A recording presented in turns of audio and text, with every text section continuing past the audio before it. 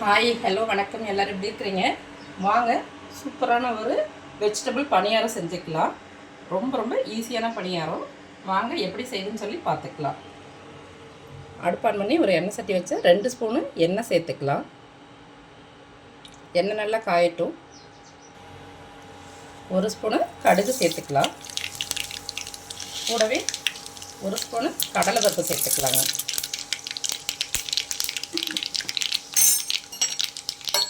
நல்லா பொரிஞ்சிருச்சு.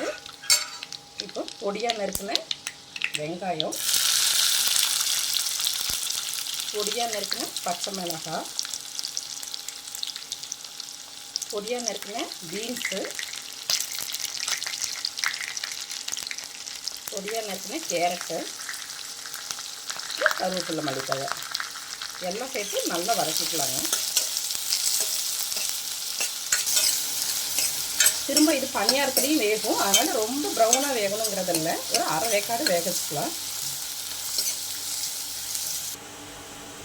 பாருங்கள், நான் பணியாரத்துக்குன்னு தனியாகவே அரைக்கல. நம்ம இட்லி மாவு இருக்கு இல்லையா, இட்லி மாவே நான் எடுத்துக்கிட்டேன். மாவு ரொம்ப கெட்டியாக எடுத்துக்கணும். உப்பு போட்டு நான் கரைச்சி வச்சுருக்கிறேன். நம்ம அதில் இப்போ வதக்கின இந்த வெஜிடபிள்ஸை சேர்த்துக்கலாம்.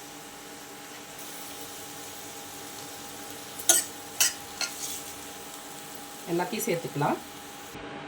நம்ம ஏற்கனவே மாவுக்கு மட்டும் உப்பு சேர்த்துருக்கோம். இந்த காய்கறிக்கெல்லாம் உப்பு சேர்க்கல, அதனால் கொஞ்சமாக பார்த்துட்டு சேர்த்துக்கோங்க. சேர்த்து நல்லா கலந்துக்கலாம். இது பிரேக்ஃபாஸ்ட்டு டின்னர் ரெண்டுக்குமே ரொம்ப நல்ல ஒரு ஹெல்த்தியான டிஃபனுங்க. ரொம்ப நல்லாயிருக்கும். வெஜிடபிள்ஸ் எல்லாம் சேர்க்குறதுனால சாப்பிட ரொம்ப நல்லாயிருக்கும்.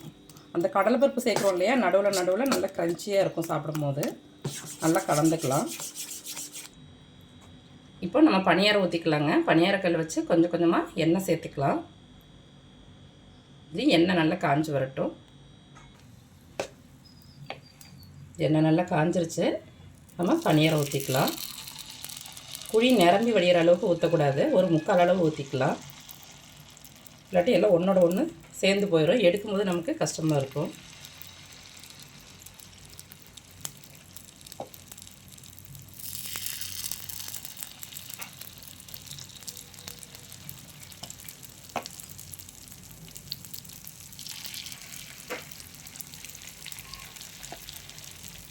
இது மாதிரி எல்லாத்துலேயும் ஊற்றி எடுத்துக்கலாங்க.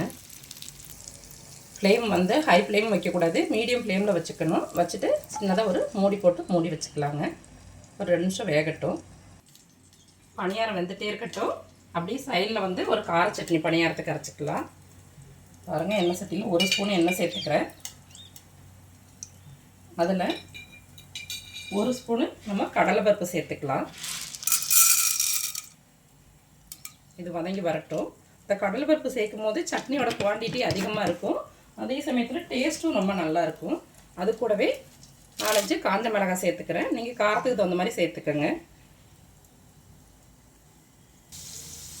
பருப்பு கொஞ்சம் வதங்கி வரட்டும். இங்கே பணியாரத்தை நம்ம பார்த்துக்கலாம்.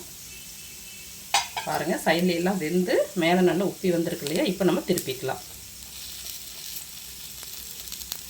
நம்ம இந்த வெஜிடபிள்ஸ் எல்லாம் போட்டதுனால நல்ல ப்ரௌனாக இருக்கும் பாருங்கள். ரொம்ப நல்லாயிருக்கும். ஹெல்த்தியான ஒரு டிஷ் இது.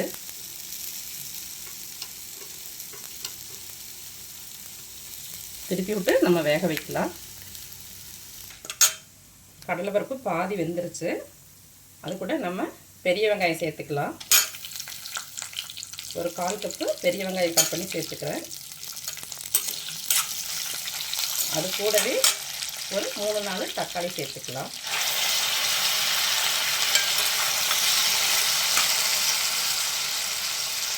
அது கூட சின்ன துண்டு புளி சேர்த்துக்கலாங்க. இது கார சட்னி அப்படிங்கிறதுனால அந்த கடலைப்பருப்பெல்லாம் சேர்த்துருக்கோம் இல்லையா, அப்போ புளி சேர்க்கும் போது டேஸ்ட் ரொம்ப நல்லாயிருக்கும்.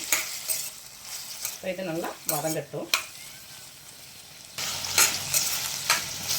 இன்னும் கொஞ்சம் கூட நல்லா வதங்கணுங்க.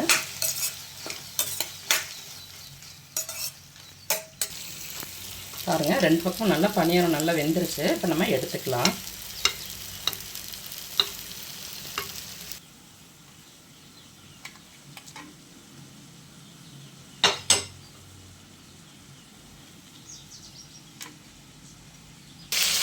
நம்ம இன்னொரு கட்டு பனியாரம் ஊற்றி வச்சுங்க, வெந்துட்டே இருக்கட்டும். அப்படியே சட்னிக்கு நல்லா வதங்கிடுச்சு. நம்ம இப்போ அடுப்பை ஆஃப் பண்ணிடலாம். நல்லா ரெடி ஆயிடுச்சு. நம்ம இப்போ திருப்பிக்கலாம்.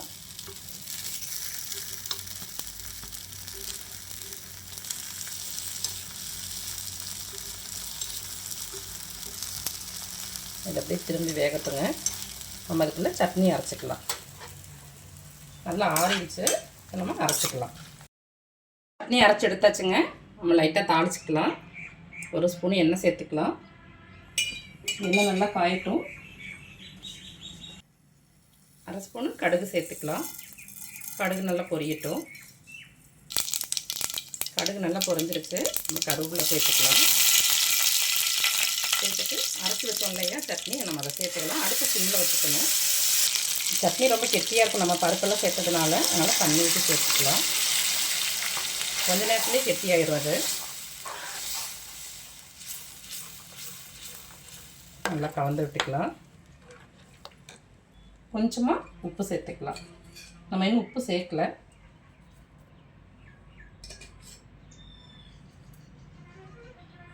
சேர்த்து நல்லா கலந்துக்கலாம். பாருங்க, இது மாதிரி லேசாக கொதிக்கணும். இது மாதிரி கொதிச்சிருச்சுன்னா 2 நாள் ஆனாலும் இந்த சட்னி வீணாக போகாது. அப்படியே வச்சுக்கலாம். அப்புறம் நல்லா ரெடி ஆயிருச்சு.